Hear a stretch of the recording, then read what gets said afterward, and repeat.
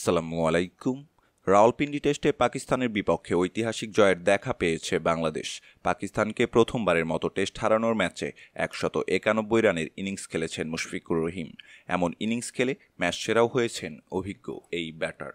বাংলাদেশকে জেতাতে বড় ভূমিকা রাখা মুশফিকের আইসিসি টেস্ট ব্যাটারদের র্যাঙ্কিংয়ে উন্নতি হয়েছে। ক্রিকেটের সর্বোচ্চ নিয়ন্ত্রক সংস্থার সাপ্তাহিক হালনাগাদকৃত র্যাঙ্কিংয়ে ৭ ধাপ এগিয়েছেন মুশফিক। ৬৮৪ রেটিং পয়েন্ট নিয়ে বর্তমানে যৌথভাবে ক্যারিয়ার সেরা ১৭তম অবস্থানে আছেন তিনি। ২০২২ সালের মে মাসে শ্রীলঙ্কার বিপক্ষে দারুণ ব্যাটিংয়ের পর সেবারও ১৭তে উঠে এসেছিলেন মুশফিক। বাংলাদেশের ব্যাটারদের মাঝে তিনিই এখন সবার উপরে অবস্থান করছেন। এদিকে অভিজ্ঞ এই ব্যাটার ছাড়াও বাংলাদেশের ব্যাটারদের মাঝে লিটনের উন্নতি হয়েছে।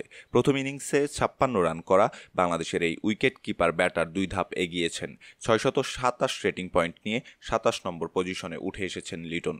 রেটিং পয়েন্ট বাড়লেও অবস্থানের পরিবর্তন হয়নি হাফ সেঞ্চুরি করা মুমিনুল হকের। সাকিব আল হাসানও আছেন আগের জায়গাতেই। পাকিস্তানের ব্যাটারদের মাঝে সেরা ১০-এ প্রবেশ করেছেন মোহাম্মদ রিজওয়ান। প্রথম ইনিংসে ১৭১ রান এবং দ্বিতীয় ইনিংসে ৫১ রান করা রিজওয়ান প্রথমবারের মতো সেরা ১০-এ উঠে এসেছেন। পাকিস্তানের ব্যাটারদের মাঝে সেরা ১০-এ আছেন বাবর আজমও, যদিও ৬ ধাপ পিছিয়ে নবম স্থানে আছেন তারকা এই ব্যাটার। উল্লেখ্য, আগামীকাল বাংলাদেশ ও পাকিস্তানের মধ্যে চলমান সিরিজের শেষ টেস্ট ম্যাচ খেলতে মাঠে নামবে দুই দল।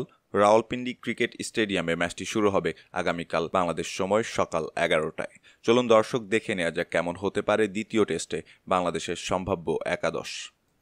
জাকির হাসান, সাদমান ইসলাম, নাজমুল হোসাইন শান্ত, মুমিনুল হক, মুশফিকুর রহিম, সাকিব আল হাসান, মেহেদী হাসান মিরাজ, লিটন কুমার দাস, তাসকিন আহমেদ, শরীফুল ইসলাম এবং হাসান মাহমুদ।